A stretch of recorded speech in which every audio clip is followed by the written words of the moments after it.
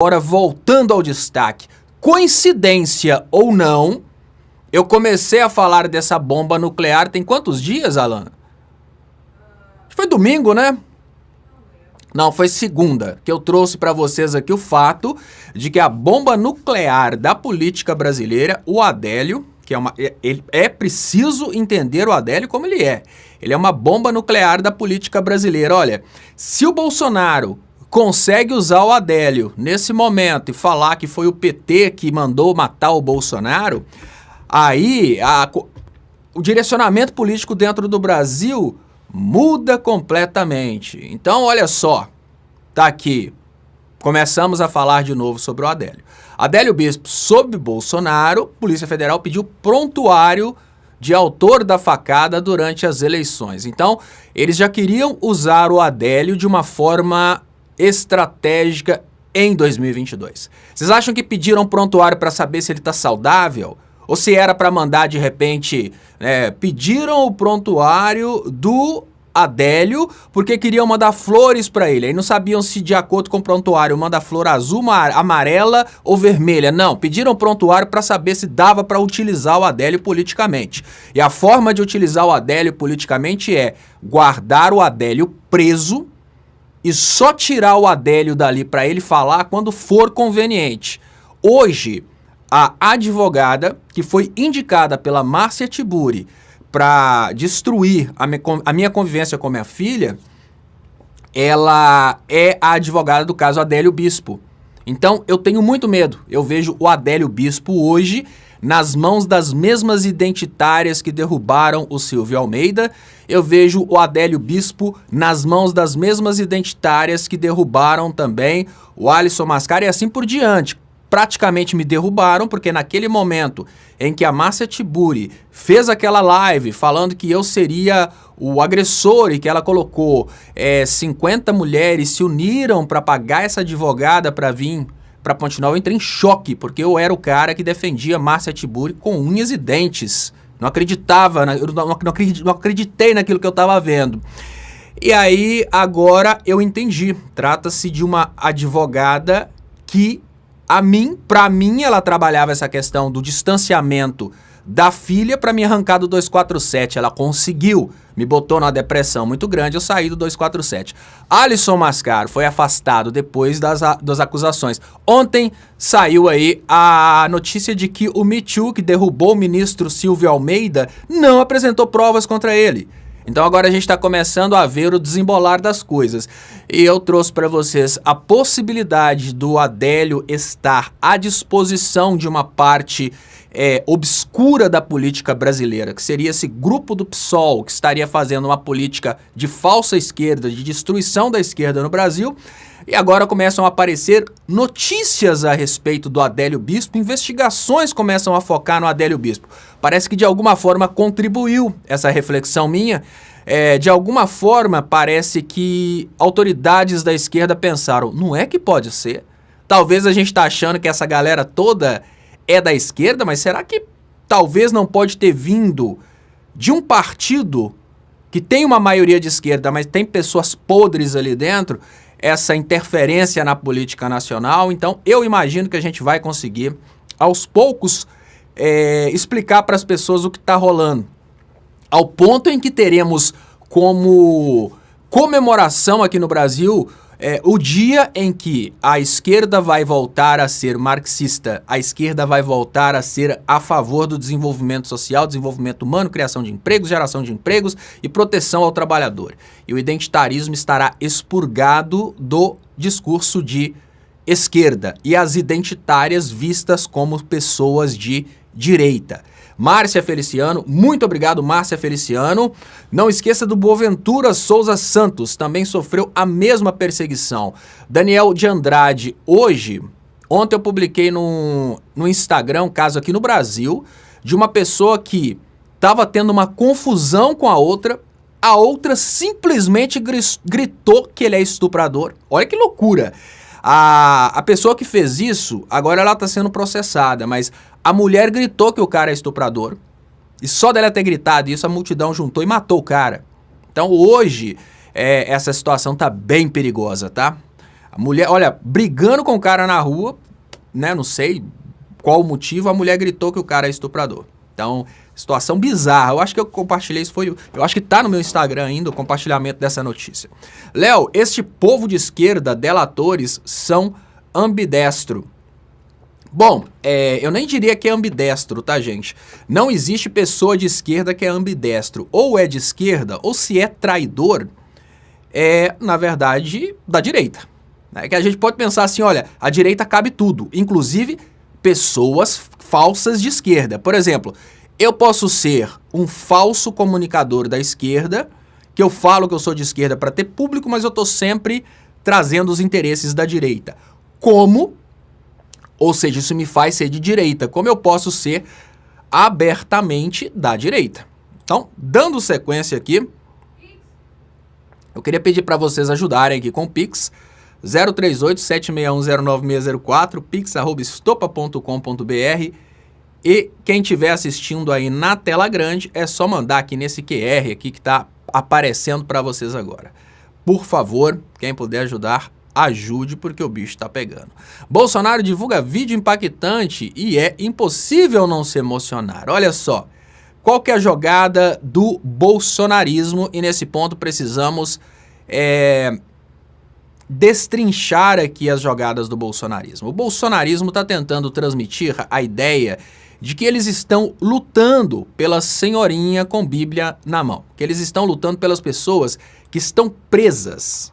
Isso acaba criando um clamor público, porque até mesmo pro bolsonarista, gente, tá difícil continuar defendendo Bolsonaro. Até pro cara mais fanático, tá ficando cada vez mais difícil. É mais ou menos assim, cara, você não tem vergonha de continuar defendendo o Bolsonaro depois de tanta coisa que apareceu? Aí pro cara ficar mais de boa nessa situação, ele diz que não tá defendendo o Bolsonaro, ele está defendendo a senhorinha com Bíblia na mão. Aí os caras estão criando vários vídeos, várias campanhas para dar por entender que o pedido de anistia é um pedido compatível com a realidade do Brasil, porque ele não está focado em anistiar a família do Bolsonaro, mas a senhorinha de Bíblia na mão. Eu coloquei esse vídeo do Bolsonaro ali, já tá no webcast. Tá, mas eu não vou rodar não pra... Eu só não vou rodar o vídeo do Bolsonaro para não propagar mais a propaganda do Bolsonaro, tá?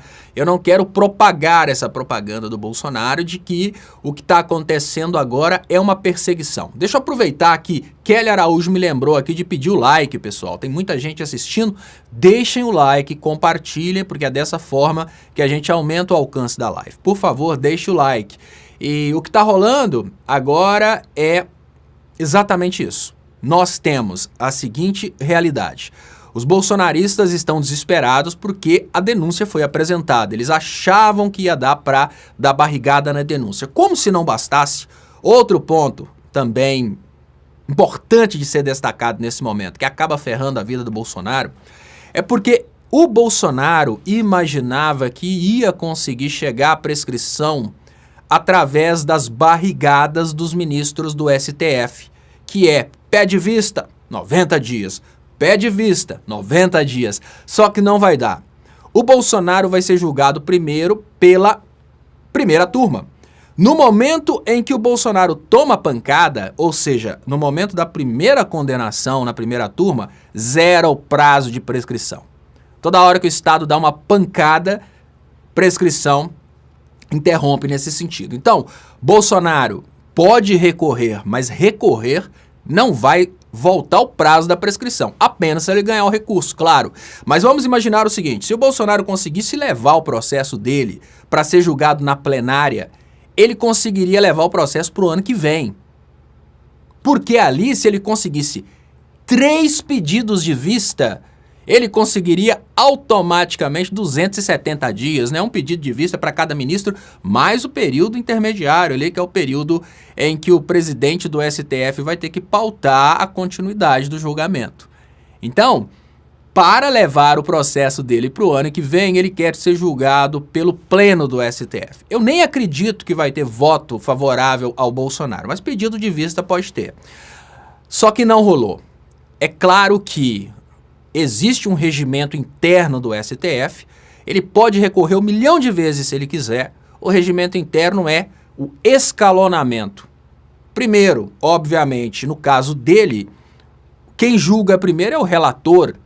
O relator vai fazer ali o seu parecer, mas esse parecer não vincula ainda, ou seja, não significa condenação, não significa recebimento da denúncia. Depois que o relator, Xandão, fizer o parecer dele a respeito do assunto, a primeira turma vota. Mas como vai ser a primeira turma que vai votar, ele já toma pancada imediatamente. Essa pancada que ele toma já zera o prazo de prescrição. Então, estão desesperados. Então, partiram diretamente para... partiram diretamente para essa situação aí de tentativa de pautar o medo do STF através da população pedindo anistia. Agora, vocês acham que o ministro do STF, que não se preocupou em bater de frente com o Elon Musk, ele vai se preocupar com ameaça de bolsonaristas na rua? Não. Alexandre de Moraes não está nem aí para isso. Então não vai conseguir interromper os julgamentos do STF. Não vai ser a ameaçazinha do Bolsonaro que vai parar o STF. Então deixa o Bolsonaro chorar, deixa o Bolsonaro estribuchar. Não vai fazer diferença nenhuma. Olha, pergunta do J777. Quem paga o advogado pro Adélio? Olha, J777, deixa eu te contar, eu não sei, qualquer coisa que eu disser vai ser suposição. Eu posso dizer para você o que é a realidade que eu vivo. A advogada do Adélio é a advogada que esteve com a mãe da minha filha no momento da alienação parental. É a advogada que possivelmente estava instruindo a mãe da minha filha em como me destruir para me conduzir ao suicídio. Isso é opinião minha. Essa advogada foi paga pela Márcia Tiburi numa reunião de 50 mulheres, provavelmente do PSOL.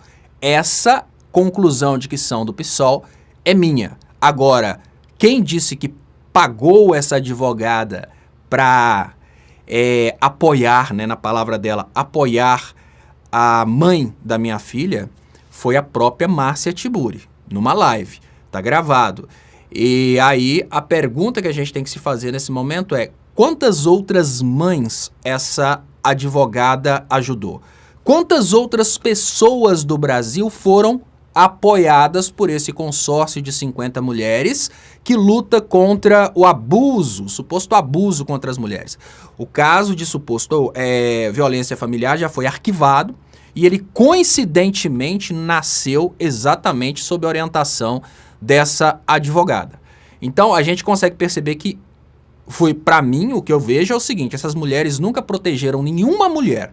Elas foram exatamente, no meu caso de família, para me tirar da cena do jogo, para me tirar do ar, para me conduzir talvez ao suicídio.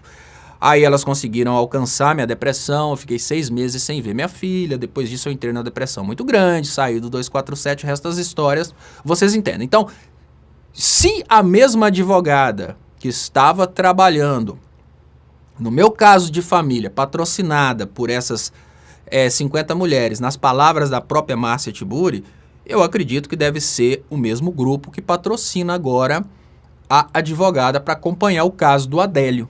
Aí é conclusão minha, porque eu não vi nenhum recibo. Eu posso dizer, como comentarista político e levando a lógica, eu posso dizer que a visão que eu tenho hoje é que o Adélio, ele é, digamos que um patrimônio dessas pessoas que estão controlando para ele soltar uma bomba de uma hora para outra. E eu falei isso sem medo, exatamente pela importância que eu vejo nesse momento da gente ter uma investigação sobre isso e começar a falar do Adélio. Então agora é preciso que, sei lá, os outros partidos, porque o Adélio parece que...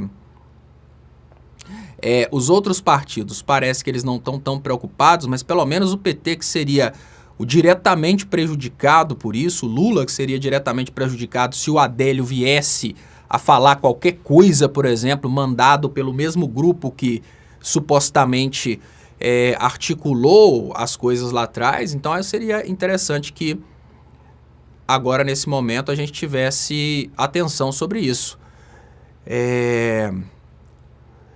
Então vamos lá. Senadores vão visitar presídios para apurar maus tratos em presos do 8 de janeiro.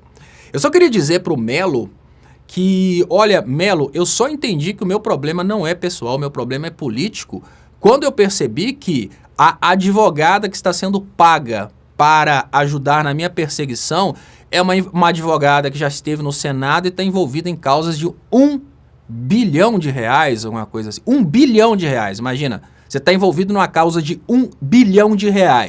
E aí você vai e esquece essa causa de R$1 bilhão para se dedicar a um caso de família que não tem nenhum dinheiro envolvido. Então, meu caso, ele não é pessoal. Eu estou abrindo meu caso pessoal para vocês porque meu caso é político.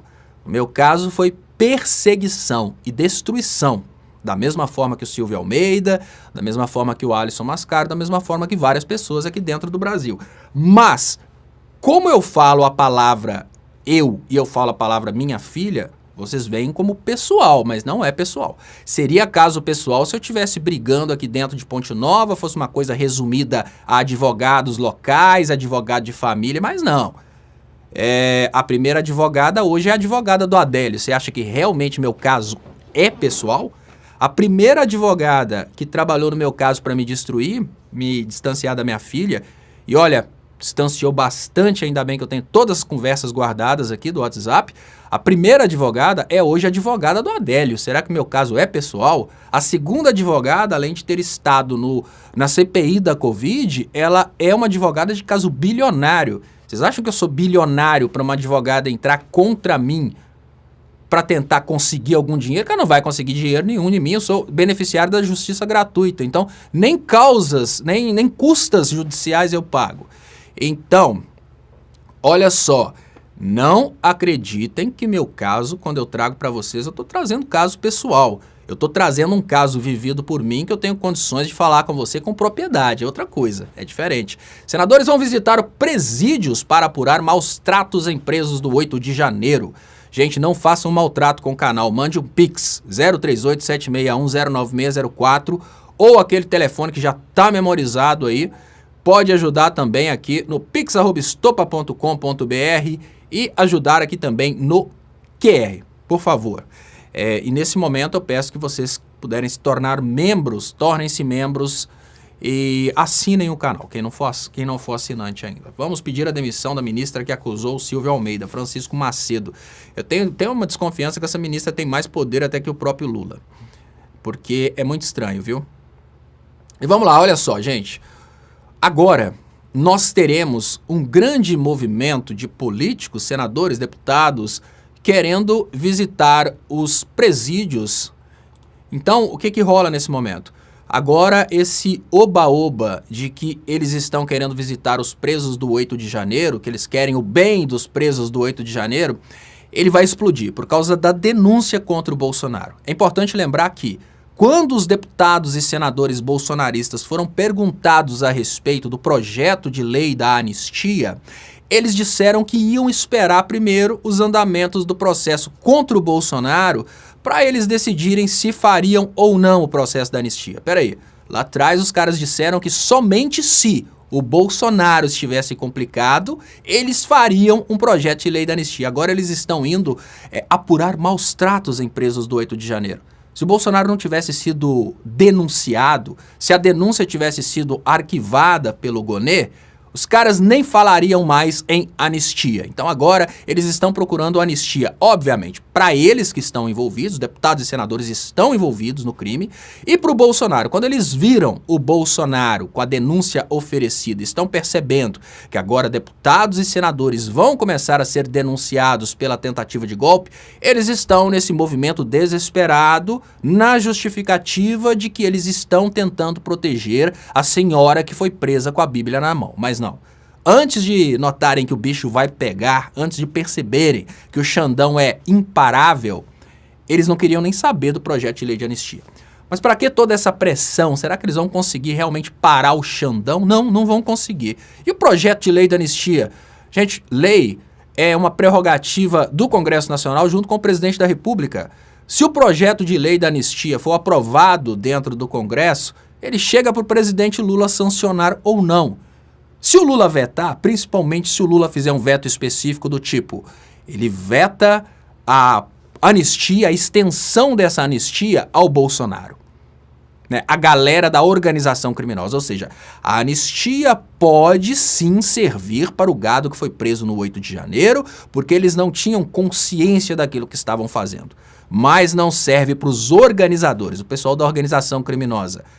Tá aí, né, um balde d'água na farofa dos bolsonaristas. Então, projetos de lei de anistia, visita ao Senado, denúncia de que as pessoas estão sofrendo maus tratos. Isso tudo é uma coisa muito estranha num Brasil onde a direita diz que o bandido bom é o bandido morto. Num Brasil onde a direita sempre lutou contra os direitos dos presos. Num Brasil onde a direita sempre se colocou na posição de que o preso tem que ser maltratado. E no Brasil onde o Bolsonaro disse que direitos humanos é esterco de vagabundo. Agora eles querem direitos humanos, eles querem apurar maus tratos para denunciar o Xandão por maus tratos numa corte interamericana de direitos humanos ou eventualmente num tribunal penal internacional. Tentem, só não vai dar certo, porque o Xandão foi pessoalmente lá na Papuda para ver a qualidade do marmitex da galera e tá acima da média nacional. Vamos dando sequência, deixa eu agradecer aqui a Márcia Feliciano, tá sempre ajudando a gente. Hoje ela deu aqui de presente uma assinatura do canal. Tornem-se assinantes, pessoal. Importante pra gente aumentar o alcance, que você compartilhe, que você se torne assinante, que você compartilhe, que você mande aí um superchat aqui coloridinho, que você manda qualquer valor. Aí o YouTube vai ficando feliz, é lógico, o YouTube gosta de dinheiro. O YouTube vai ficando feliz e vai entregando mais a live. Léo, a irmã do Adélio sempre falou que o responsável pelo Adélio seria um advogado. Só esse advogado poderia visitar o Adélio. E aí, onde está esse advogado? Fernando Torres, a advogada que foi indicada para mim, foi indicada para mãe da minha filha, e foi quando todo o inferno começou, né? Toda a perseguição contra mim, toda a alienação parental, ela é a advogada do Adélio agora. E quem indicou essa advogada para me perseguir, né, nesse âmbito aí do meu caso pessoal, da minha filha, não foi uma pessoa pessoal, não. Foi uma pessoa importante de um partido político. Foi a Márcia Tiburi, segundo ela mesma, no vídeo dela que ela fez, justificando, né? Depois que eu já estava praticamente derrubado, ela estava ali comemorando a minha derrubada. Eu voltei com força total, principalmente que eu não estou disposto a me render às chantagens dessa galera. Mas eu trago para vocês, a notícia que eu trago para vocês é essa. Deixa eu mostrar para vocês. Olha, defesa da presa que manchou estátua com batom durante o 8 do 1. Essa aí é a mais utilizada. Primeiro, né, tenta garantir sustentação oral em julgamento do STF. Já pararam para pensar a moral de um advogado fazer uma sustentação oral no julgamento do STF? Todo mundo quer, né? Então, para essas pessoas, eles conseguem até advogados gratuitos. Mas aí eu digo para vocês que é o seguinte: tanto essa menina quanto outras pessoas tiveram proposta do Ministério Público para irem para casa e assistirem aulas sobre democracia e ficarem 1 ano sem postar na rede social. Quem conseguiu convencer essas pessoas a não aceitarem a proposta do Ministério Público? Porque é muito fácil virar agora nesse momento e falar, não, a pessoa é do bem, ela só escreveu, perdeu mané. E desconsiderar que na nossa lei, na lei brasileira, quem participa do crime responde pelo crime. Ah, mas a única coisa que eu fiz, né? Eu tava no carro esperando o ladrão, foi o ladrão que matou. Você responde junto. Se você era o motorista do carro, você tava roubando junto, você responde junto. Latrocínio. Então, defesa da presa que manchou estátua com batom durante o 8 do 1 tenta garantir sustentação oral em julgamento no STF. O tribunal já divulgou a data para definir o destino da cabeleireira de 39 anos. O processo está pautado para o plenário virtual da corte. Bom, é muita gente querendo aparecer em cima desses pobres coitados que foram usados pelo bolsonarismo para quebrarem tudo e mostrarem que o Bolsonaro é um cara muito poderoso, acabou que não conseguiram o golpe. Agora esse gado está sendo utilizado pelos advogados de defesa que querem aparecer no STF, né? O cara faz uma sustentação oral bem eloquente, que absurdo! Foi só um batom! Desconsidera totalmente a lei brasileira no que diz respeito à participação em crime, né? Concurso de pessoas, se desconsidera tudo. Aí você entra ali como um leigo em direito penal e fala, ela só passou um batom. Não, ela não estava com a galera que estava querendo derrubar o governo, ela não estava com a galera que cometeu os outros crimes, ela não veio num ônibus de pessoas que vieram para derrubar o governo, quebrar e explodir a cabeça do Xandão, que era essa conversa. Ela só queria maquiar, inclusive ela é cabeleireira. Queria até dizer para vocês que se ela tivesse cortado o cabelo da estátua, as pessoas poderiam dizer que ela estava ali até exercendo a profissão como uma menina muito boa, mas ela não é maquiadora, ela é cabeleireira. Então, ela escreveu perdeu mané na estátua como sendo aquela pessoa que está ali no meio da organização criminosa, mas ela só carimba depois no final. Porque o agro não continua mandando carne para os amigos na Papuda e na Colmeia? Nossa, que pergunta massa, gente! Que pergunta interessante. Olha, e aí eu digo para vocês, eu não vi uma petição do agro para melhorar a alimentação do pessoal da Papuda. Olha, gente, Maria Valderes, parabéns Maria Valderes, gente. Pergunta excelente. E essa pergunta merece até uma gravação. Vou até gravar por isso. Olha que interessante o que a Maria Valderes Maxi trouxe pra gente. Porque o agro não continua mandando carne para os amigos na Papuda e na Colmeia. Hoje são os advogados das pessoas que estão presas por causa da tentativa do golpe, que estão tentando aparecer no plenário virtual do STF, fazer sustentação oral, aparecer nas redes sociais, bombar e etc. Mas há pouco tempo atrás, quem estava explorando esse povo idiota era o agro, que nos acampamentos golpistas mandava ali um churrasco, até garotas de programa os caras estavam mandando para os acampamentos golpistas. Agora, a pergunta básica, esse agro que disse, já mandamos a carne, quando é que nós vamos ter o churrasco, que seria o golpe? Esse agro protocolou algum pedido para melhorar a alimentação da galera que está presa? Acho que não, né? Afinal de contas, nós temos aqui, senadores vão visitar presídios para apurar maus tratos em presos do 8 de janeiro.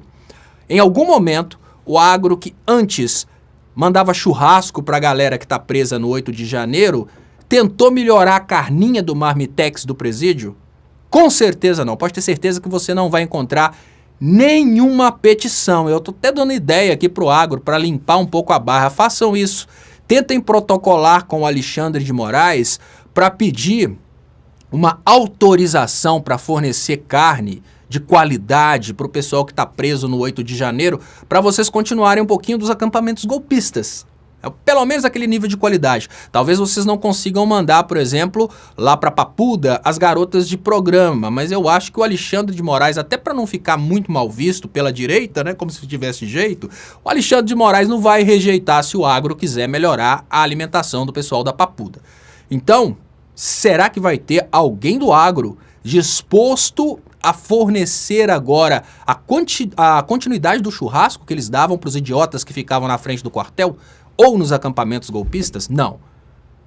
Tá preso, perdeu o valor, perdeu a utilidade. O agro joga fora, assim como o agro joga fora a carne estragada, não joga fora nada, né? Faz linguiça para vender para o povo brasileiro. Mas assim como o agro deve julgar alguma coisa fora que eu não sei o que, julgou o golpista fora também.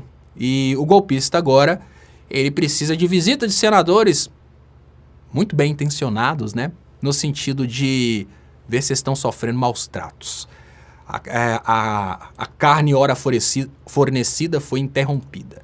Por que Roberto Cabrini entrevistou todos os criminosos famosos do Brasil, mas não entrevista Adélio? Éder. Olha só, Éder. Então, aí que tá. Eu tenho para mim que os Estados Unidos e Israel estão por trás do caso Adélio. Tenho para mim. E existe aí uma junção de interesses E na minha visão, esse caso nem foi pilotado, como a gente pensa, né, pelo time do Bolsonaro. Eu acho que foi, inclusive, pelas mesmas pessoas do identitarismo que hoje estão cuidando dele. Tá muito estranho.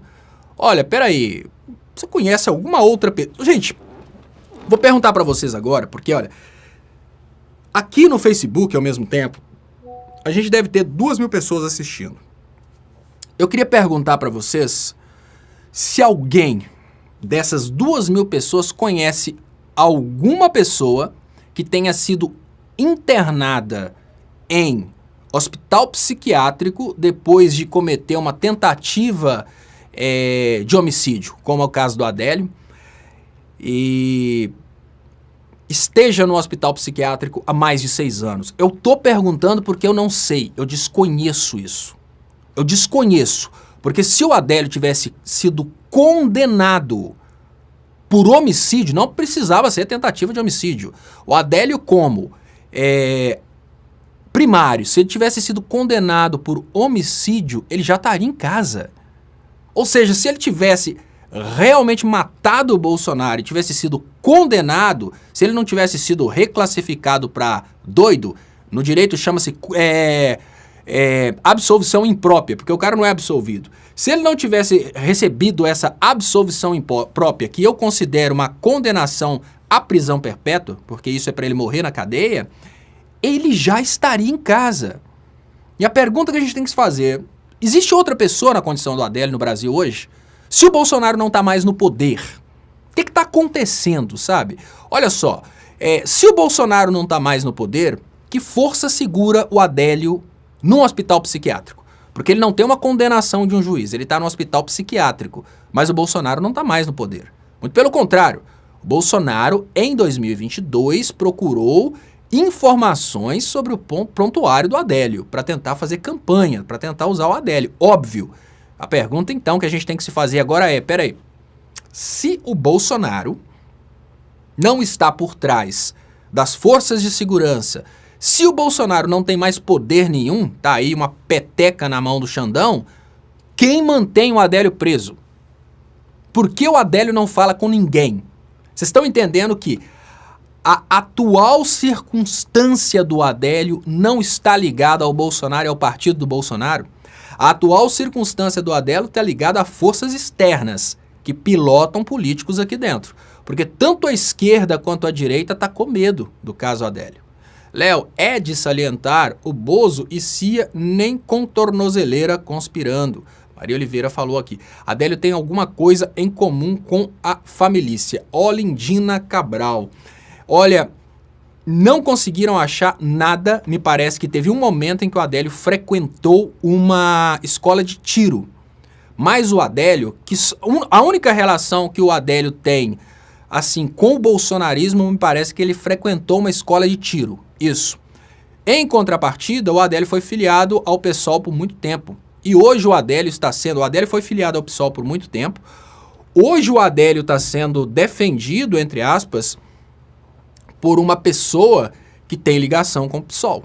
Porque essa pessoa foi indicada para destruir minha vida, eu falo dessa forma. Ela foi indicada para destruir minha vida por uma pessoa do PSOL. A mesma advogada que tentou, de todas as formas, me distanciar da minha filha, é a advogada que hoje cuida do Adélio. É muito loucura isso, tá? E eu queria pedir para vocês nesse momento que ajudem o trabalho com Pix 038-761-09604, pix@estopa.com.br, e ajude também aqui no QR. Quem estiver participando, gente, se puder mandar uma ajuda aqui no QR, se estiver na TV grande, é só apontar. E o Namas Stutz, Joaquim de Carvalho, fez um documentário sobre o Adélio, exatamente. Jorge Fernandes fez a pergunta aqui, que já foi feita. Olha, quem paga os advogados do Adélio? Ou é de graça? Então, Jorge Fernandes, eu até falei com o Melo, que ele falou, quando você fala da sua vida pessoal, desclassifica a live. Mas eu não tenho condições de responder isso sem falar da minha vida pessoal, então eu peço desculpas. O que eu digo para você é que a advogada que hoje está cuidando do caso Adélio, a mesma advogada foi paga para apoiar o distanciamento da minha filha. Então, a advogada que estava instruindo a mãe da minha filha na época em que eu sofri a primeira leva de alienação parental é essa advogada que está hoje cuidando do caso Adélio.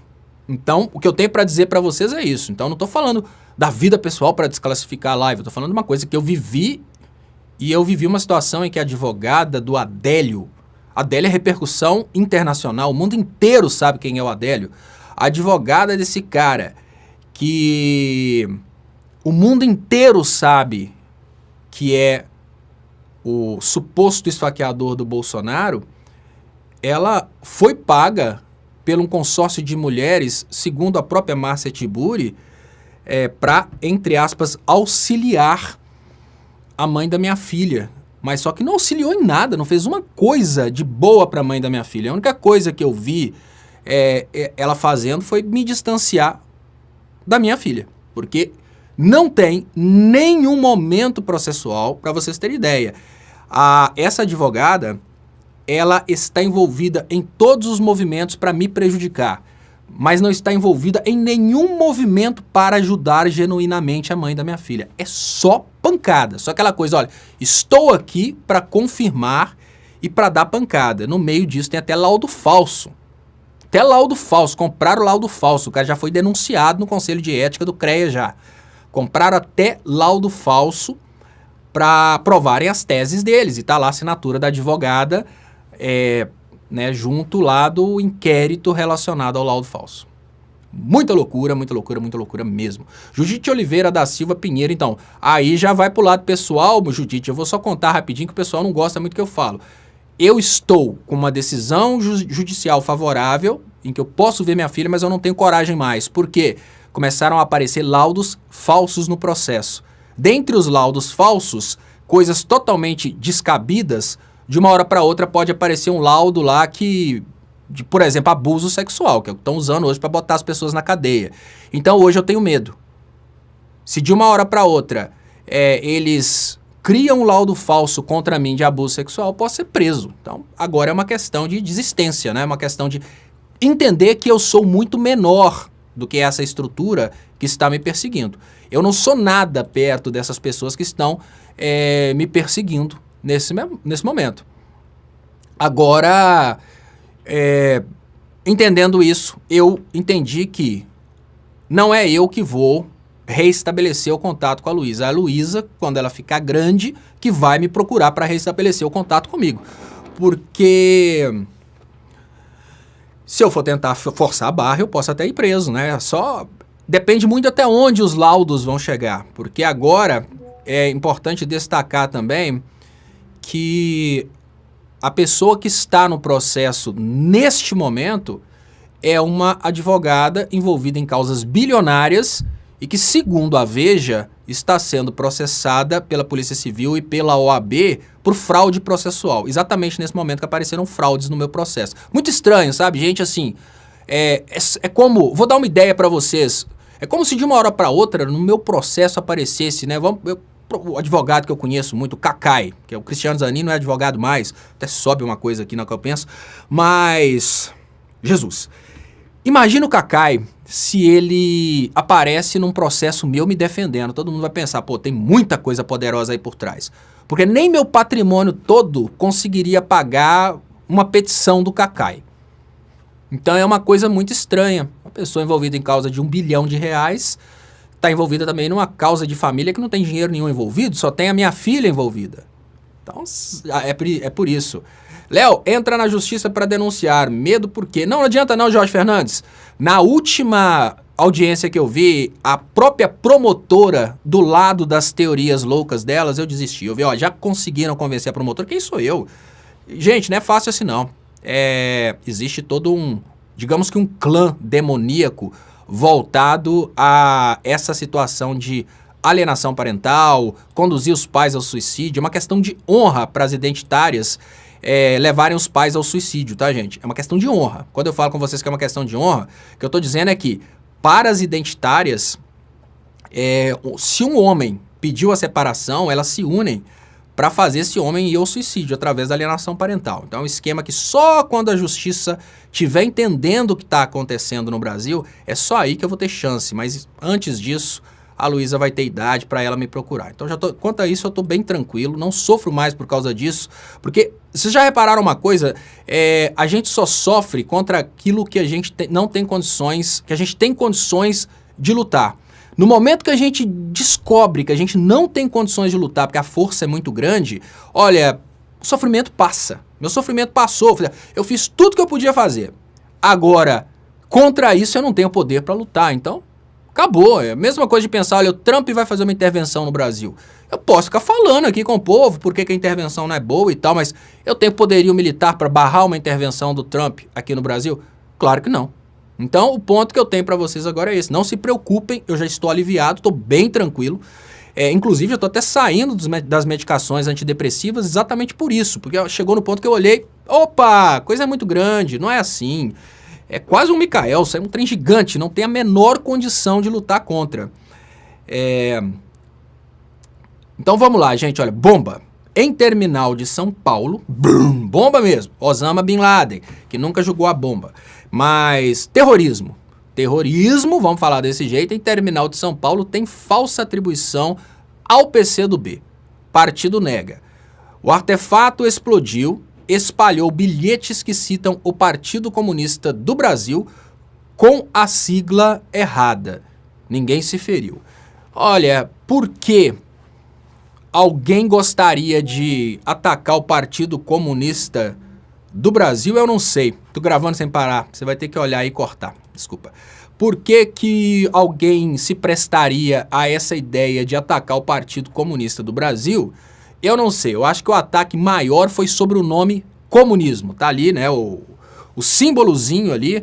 Não acho que qualquer coisa errada no cartão esteja atribuída ao partido. Esteja atribuída ao falsificador. Eu acho que o falsificador. Então deixa eu fazer uma leitura aqui de Especialista. Quem assistiu Especialista com Sylvester Stallone? Muito bom aquele filme. Então vamos fazer uma visão de especialista aqui. Primeiro ponto que eu queria trazer para vocês aqui. Visão de especialista. A galera tá aprendendo a fazer bomba no Brasil. Vocês estão vendo uma bateria ali? Não é uma bomba de riscar fogo. Quando eu era criança, nas minhas experiências científicas de fazer bomba, a bomba relógio a gente fazia com cigarro. O único motivo que eu usei cigarro na minha vida foi para fazer bomba relógio. Aí você ligava a bombinha ali no cigarro e ele... Isso a galera sempre usou. Agora, olhem bem, nós estamos falando de um artefato químico eletrônico. Então tem o explosivo mais parte eletrônica. Dá para ter medo? Claro. A galera tá aprendendo a fazer bombas no Brasil e bombas que podem ser controladas à distância. Então, esse é o maior ponto que a gente precisa dizer nesse momento. Estão surgindo terroristas especialistas no Brasil. Alô, ABIN. Alô, Brasil. Então, agora começar a aprofundar nos grupos de internet que compartilham esse tipo de informação, porque esse é um movimento claramente da direita. Sim, é um movimento de algum fanático da direita que detesta o comunismo, que detesta o PCdoB, e ele fez talvez a sua primeira experiência super explosiva. Aquela marca preta ali mostra que é pólvora, que eles falam gunpowder, né? Que é a pólvora convencional. Então a gente nem deve ter tido ali uma grande explosão. Provavelmente esse artefato foi feito com pólvora retirada de foguete. É uma coisa muito simples, mas que produz aí essa condição de gerarmos especialistas na produção de bomba. Por que associar ao PCdoB? Porque o discurso deles contra o comunismo fica totalmente embarcado. É um partido de esquerda, você associa contra o símbolo comunista. Obviamente um partido jamais colocaria seus símbolos em um atentado supostamente terrorista, tá, gente? Isso é crime de explosão. Aqui no Brasil, para efeitos da política, o crime de explosão não é terrorismo. E o que eu digo para vocês agora é que há um trabalho hoje no Brasil dos tios Franças, que são as ovelhas solitárias, entre aspas, que são só comandadas, são apenas incentivadas. Então, antes, as organizações criminosas, elas precisavam fornecer toda a estratégia, os artefatos explosivos, né? Hoje não. Hoje o que a gente pode estar vivendo no Brasil é uma conexão entre várias pessoas no sentido de compartilhar o conhecimento, de como produzir esses artefatos explosivos. Esses artefatos é comunista. Então, eles usam fogos de artifício, igual o tio França. Sim, fogos de artifício, Mimi, eles utilizam porque é a forma de explosivo disponível sem nenhum controle. Agora eu queria lembrar vocês de um detalhe. Fanatismo é coisa que não tem, como eu diria, o fanatismo não tem limites, tá? Hoje os caras estão fazendo isso. E aí eu vou contar para vocês uma coisa que é realmente assustadora. Produzir nitroglicerina é mais fácil do que fazer feijoada.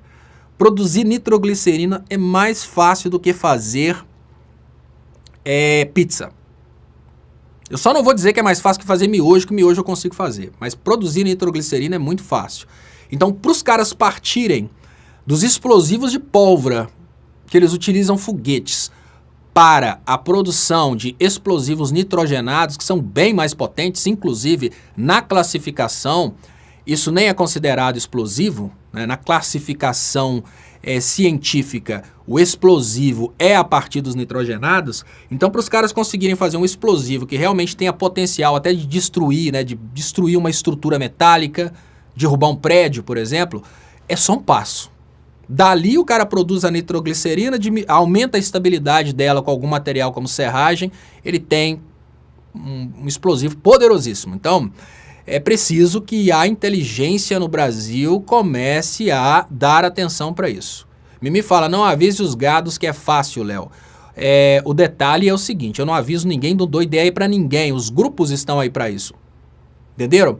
Quando eu falo aqui, eu falo coisa que o gado nunca vai ouvir, porque o gado não me ouve, mas falo coisa que os grupos já estão repercutindo. Receita para fazer bomba, receita para fazer explosivos é uma coisa que o gado já compartilha. Existem classes profissionais no Brasil que podem comprar explosivos. Engenheiro é uma delas. Então, vocês imaginem que um cara é engenheiro civil, se ele for fanático do Bolsonaro, ele pode comprar explosivo, justificar que aquele explosivo é para uma demolição, né? Ele faz ali o licenciamento dele como blaster, justifica que é para uma finalidade de demolição, tira uma ART e vira tio França, por exemplo. Então o cara vai ter acesso aos explosivos utilizados para detonação de pedras, detonação de imóveis e até mesmo explosivo de altíssimo poder de energia, como os explosivos utilizados para cortar a estrutura metálica na engenharia civil. Então, o poderoso, mas pode explodir na mão deles. Mimi, a pessoa que conhece o manejo adequadamente, ela não sofre esse tipo de acidente não, tá? Inclusive, quanto mais poderoso é o explosivo, mais difícil é dele ser detonado. Então, por exemplo, para você detonar, para você queimar a pólvora, que se tiver confinada ela gera aquela explosão, é só um foguinho. Mas se você tentar botar fogo na nitroglicerina, ela não explode, ela vai ser um combustível, né? Porque ela é um éster. O éster é a mistura de um álcool com um ácido. Então, o ponto que eu trago para vocês aqui agora é que mais importante do que olhar que cartão estava colocado, tá? Isso aí é importante para a Polícia Federal, para a ABIN. Mais importante do que olhar qual cartão que estava dentro desse artefato é olhar o nível da evolução dos artefatos no Brasil. Nós tivemos um tio França que saiu tentando soltar foguete na estátua. Um cara absurdamente distante dessa realidade aí, na qual a gente já vê um comando eletrônico para detonar, né, no caso, não é detonação, mas para queimar a pólvora. Então, se tiver algum especialista me ouvindo aí, é mais fácil eu falar com o povão falando que é detonação. Mas eu sei que vocês vão falar, não, mas isso aí é pólvora. Se é pólvora não é detonação, já é ignição, tudo bem. Não é esse o ponto. Renato Fernandes, Léo estudou até química, tá doido. Estudei. A gente estuda química na engenharia, ué.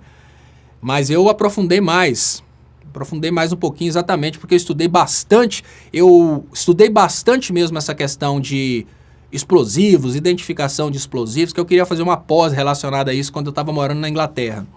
O celular do Gustavo Bebiano também está caladinho. Red Bill falou aqui.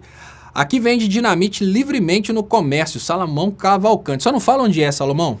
Já assustei já, mas não fala onde é, por favor. Porque você imagina o seguinte, e eu sei que pode existir sim, assim como tem farmácias ao redor de todo o Brasil que vendem medicação controlada sem pedir receita, mas não fala onde é não. Porque você já parou para pensar se o tio França tivesse dinamite no lugar de ter artefatos de fogos de artifício? Então, nesse ponto, a Lana tá aqui, novato, tá pautando a live dali, daqui a pouco, inclusive, antes dela falar, já que você me lembrou, gente, manda o Pix aí, ó, 31, vou até colocar aqui a tela vermelha pra gente saber o número certinho, 997692494, pix@estopa.com.br, manda também nesse QR que tá aparecendo aqui pra vocês. Então, olha só, eu consigo desenhar pra você, por exemplo, todo o processo de combinação do ácido nítrico com a nitroglicerina. Pior, eu vou começar lá dos ácidos graxos, fazer a nitroglicerina, para dar nitroglicerina, fazer todo o percurso de combinação ali de reação química para produzir o éster, que no caso vai ser a nitroglicerina, mas eu não consigo lembrar o número desse telefone do Pix. Então eu consigo lembrar 425 casas decimal para o número pi, mas eu não consigo lembrar o número do Pix. E nem meu telefone. O cérebro tem razões que a própria razão desconhece. Essa é a realidade. Não estou brincando, eu não estou brincando, é sério. Eu consigo lembrar, assim, praticamente, consigo lembrar de muitas coisas de cor e coisas que, às vezes a pessoa pensa, como é que você lembra isso? Também não sei como, mas eu não consigo lembrar o número desse telefone, eu preciso ver. Né? Então, Francisco Macedo, Léo, até a live da noite, exatamente. Muito obrigado, pessoal, acho que eu falei demais. Até a live da noite, eu já percebi aqui que essa live aqui, ela principalmente à noite, né, quando vem o Júlio Kawarupa, ela vive uma live do amor, tá aqui o hater do novato perguntando se a Kátia é solteira, né, continuem aí o bate-papo, e muito obrigado Pedro Soares que mandou um Pix, quem puder, ajuda por aí, depois de 15 vem 81, né, Renato Fernandes, gente, muito obrigado, valeu, e até mais logo.